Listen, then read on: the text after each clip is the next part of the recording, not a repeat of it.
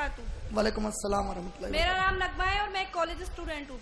मैं आपसे एक सवाल करना चाहती हूँ जी। जब जैसे मुर्दा मर जाता है उसे कब्र में रख देते हैं, उसके बाद में जैसे हम उसके लिए कुरान खानी करवाते हैं, उसके लिए कपड़े वगैरह देते हैं, तो क्या उसका अजर सवाब उसे मिलता है या नहीं?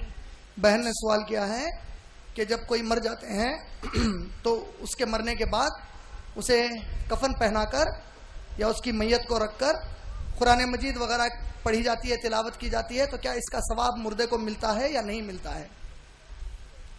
देखिए बहन, अल्लाह ने कुरान मजीद में सूरह माइदा सूरह नंबर 5 की आयत नंबर 3 में कहा, अल-यौमा अकमलतु लकुम दीनकुम व अतममतु अलैकुम नेमती व रदीतु लकुमुल इस्लाम दीना।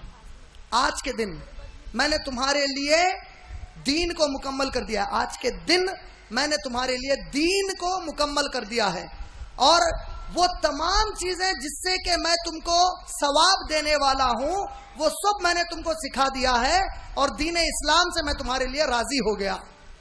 का मतलब अल्लाह के नबी करीम सल्लल्लाहु अलैहि वसल्लम की मौजूदगी में कई सहाबा और सहाबियात का इंतकाल हुआ। खुद बीबी खदीजतुल कुबरा रजी अल्लाह ताला अन्हा, जिससे अल्लाह के नबी करीम सल्लल्लाहु अलैहि वसल्लम सबसे ज्यादा मोहब्बत करते थे, बीबी आयशा से भी ज्यादा मोहब्बत करते थे, उनका भी इंतकाल हुआ। लेकिन हमको कहीं से भी सबूत नहीं मिलता कि अल्लाह के नबी करीम सल्लल्लाहु अलैहि वसल्लम जैसी ज़ाते मुबारक, अल्लाह अकबर, वक्त के रसूल करीम सल्लल्लाहु अलैहि वसल्लम मौजूद है, लेकिन अल्लाह के नबी ने कोई ऐसी तिलावत नहीं की। अल्लाह के नबी करीम सल्लल्लाहु अलैहि वसल्लम की मौजूदगी में कई और सहाबा का इंतकाल हुआ। किसी सहाबी की औलाद ने अपने बाप सहाबी के लिए ऐसी कोई चीज नहीं की। उमर इब्ने खत्ताब रजी अल्लाह ताला अन्हु अब्दुल्ला बिन उमर के सामने शहीद हो गए और अब्दुल्ला बिन उमर ने ऐसा किया, इसकी कोई दलील नहीं मिलती। अबू बकर सिद्दीक रजी अल्लाह ताला अन्हु का इंतकाल हुआ और अब पूरे सहाबा मौजूद थे, उन्होंने कुछ ऐसा किया, दलील नहीं मिलती। अल्लाह के नबी करीम सल्लल्लाहु अलैहि वसल्लम का विसाल हुआ और उनके विसाल पर सहाबा ने ऐसा कोई काम किया, इसकी कोई दलील नहीं मिलती। अब आप जब करती हैं तो मान लो कोई जिद पे करता है कि नहीं मैं तो करके ही रहूंगा, मैं तो करके ही रहूंगी, हम बोलेंगे भाई ठीक है कर लो आप। जब क़यामत आएगी अब अल्लाह पूछेगा अच्छा तुम ये क्या कर रहे थे? अल्लाह ताला हम आपका कुरान पढ़ रहे थे। अच्छा ये कुरान क्यों पढ़ रहे थे? अल्लाह ताला सवाब मिलता। तो अल्लाह ताला मोहम्मद सल्लल्लाहु अलैहि वसल्लम को पलट के पूछेंगे अच्छा मोहम्मद सल्लल्लाहु अलैहि वसल्लम क्या मैंने आपको बताया था कि कोई मर जाए तो उसके मरने पर अगर उसके घर वाले कुरान पढ़े तो मैं उसे सवाब दूंगा? तो अल्लाह की कसम है मेरे रसूल कहेंगे कि ऐ अल्लाह तू गवाह है, मैंने ऐसी कोई तालीम इनको नहीं दी और मुसलमानों में ऐसे कई गवाह मौजूद है जो कभी भी ये मानते ही नहीं थे कि कोई ऐसी सही हदीस है कि किसी के मरने पर ऐसा कुरान पढ़ा जाए।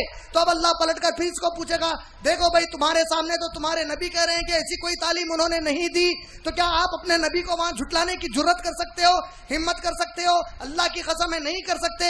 तो अल्लाह पलट कर पूछेगा जब मेरे नबी ने जो चीज तुझे नहीं सिखाई और नहीं की वो तूने क्यों की? कमबख्त खादियानी ने कहा नबी आखिरी नबी नहीं है तो वो काफिर हो गया, तूने बगैर कहे कि वो सब काम किए जो नबी ने नहीं किए। क्या मेरे नबी की तालीम तेरे लिए काफी नहीं थी? क्या मेरे नबी ने वो जितने तरीके तुझे सिखाए वो क्या तेरे लिए काफी नहीं थे? नबी ने क्या कहा, जब कोई मर जाए तो उसकी मगफिरत की दुआ मांगो, अल्लाह से दुआ करो कि अल्लाह उसकी मगफिरत फरमा दे। जब कोई मर जाए तो उसकी मैयत को जल्द से जल्द उसे कब्रिस्तान में पहुंचा दो। मैं कोई अपनी तारीफ के लिए नहीं बोल रहा हूं, अल्लाह गवाह है, मैं सिर्फ आप लोगों के सामने बता रहा हूं। मैं मेरी माँ का एकलौता एक बेटा हूं, मुझे भाई बहन कोई भी नहीं है। जब मेरी वालिदा का इंतकाल हुआ माशाअल्लाह से, उस वक्त मैं आपके ही राजस्थान के जोधपुर के प्रोग्राम में आया हुआ था। मैं जोधपुर से वापिस हो रहा था, बॉम्बे एयरपोर्ट पर मुझे इत्तला मिली कि मेरी वालिदा का इंतकाल हो गया। मैंने यही फहीम भाई को फोन किया, मैंने फहीम को कहा, वो गवाही में अल्लाह सबसे बेहतर गवाह है, मैंने फहीम को कहा कि मेरे पहुंचने का इंतजार नहीं करना, मेरे पहुंचने से पहले मेरी माँ की तदफीन का वक्त अगर मुतय्यन है कब्रिस्तान खोदो और उन्हें तदफीन कर दो। मेरी दोनों बीवियां, अल्लाह ने मुझे 2 बीवियां दी है, इंशाल्लाह दुआ करिए और 2 लाऊंगा इंशाल्लाह। ये जो 2 मेरी बीवियां हैं, सुभान अल्लाह, मैंने किसी गस्साला को नहीं बुलाया, मेरी 2 बीवियां और मेरी बड़ी बीवी की बड़ी बेटी, इन तीनों ने मेरी माँ की मैयत को गुस्ल दिया। अल्लाह ताला ने मुझे एंड गुस्ल के वक्त पहुंचा दिया। गुस्ल हुआ, सिर्फ चंद बच्चे मेरे ऑफिस के, ये फहीम हम लोग मेरी माँ को ले गए, रात के 10:30 बजे मस्जिद खुलाए, मस्जिद में मैयत रखकर मैंने नसीहत की कि मौत के वक्त फरिश्ते क्या करते हैं। जो लोग वहां मौजूद थे, मैंने नबी सल्लल्लाहु अलैहि वसल्लम की एक सुन्नत अदा की कि अल्लाह के नबी कभी मैयतों को रखकर मौत के बारे में दर्स देते थे। मौत पर दर्स हुआ, 25 से 30 लोगों के बीच में ये पूरा मामला तदफीन का सिर्फ 2.5 से 3 घंटे में पूरा हो गया अल्लाह के फजल करम से। ये सुन्नत तरीका है। हमारे भाई आ रहे हैं बाहर से, हमारे बाबा आ रहे हैं बाहर से, तुम आदम अलैहिस्सलाम गन से पूरी इंसानों को भी उठा के ला दो, तुम्हारी अम्मा और बाबा मरे तो जिंदा नहीं होते। अल्लाह के नबी कह रहे हैं जो मर गया है उसे उसके कब्रिस्तान को पहुंचा दो, अगर वो नेक है तो उसके अदर से उसे दूर मत करो, अगर बद है तो उससे छुटकारा पा जाओ। अल्लाह के नबी सल्लल्लाहु अलैहि वसल्लम का फरमान है, हम उसे रुका कर रखते हैं। तो ऐसे हालात में मेरी बहन, अल्लाह के नबी ने सिखाया कि मैयत को जल्द से जल्द तदफीन करो, उसकी मग़फ़िरत की दुआ करो। हाँ, उसकी जो औलाद है, उसकी सगी औलाद जो कोई नेक काम करेगी वो तमाम नेकियों का अजर उसकी औलाद को भी देगा अल्लाह ताला, और उसके मरहूम वालिदैन को भी देगा।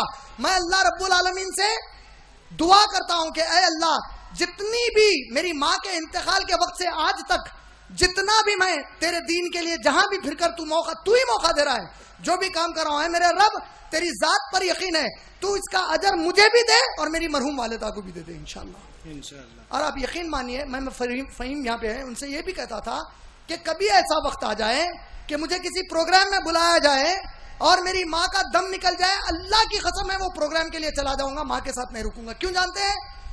यही मेरा ईमान है। मेरा रब मुझे कहता है तू जो नेक काम करेगा वो तेरी माँ के लिए ईसाले सवाब है। मेरा ये दावत का काम ईसाले सवाब है, माँ की मैयत में रुकना उतना बड़ा काम नहीं है। मैं मेरे अल्लाह की तालीम अगर देता हूं तो इतना बड़ा ईसाले सवाब है कि माँ की तदफीन में रहना उतना मेरा अहम नहीं है, वो तो मेरे उम्मत के कई मेरे प्यारे उम्मती भाई बहन अदा कर देंगे। अगर मेरी माँ से सच्ची मोहब्बत है तो वो काम करके दिखाऊं जिससे खूब इंसानों को अल्लाह की तौहीद मोहम्मद सल्लल्लाहु अलैहि वसल्लम की रिसालत से पहुंचा सकूं। यही उसूल होना चाहिए एक मुसलमान के लिए। माशाल्लाह, यही हमारे नबी ने हमको तालीम दिया। बहन, तो कोई भी अगर मर जाए कुरान खानी करने से एक डबल नुकसान होता। कैसा पूछो आप? एक तो ये कि वो काम कर रहे हैं जो अल्लाह के नबी ने नहीं बताया। दूसरा, अब एक औरत बैठ के पढ़ रही कुरान में सूरह नूर आयत नंबर 31 पढ़ती, तुम हिजाब करो और अपना मेकअप बताते मत फिरो। सूरह अहज़ाब आयत नंबर 59 पढ़ती, उसके बाद कुरान बंद करके मॉडल बन के बाहर फिरती। तब अल्लाह ताला दो सवाल करते, अच्छा तू कुरान पढ़ी थी ना मुर्दे को पहुंचाने को, वो मुर्दे को तो सवाब देता हूं, तेरी हिदायत को क्या करी तू?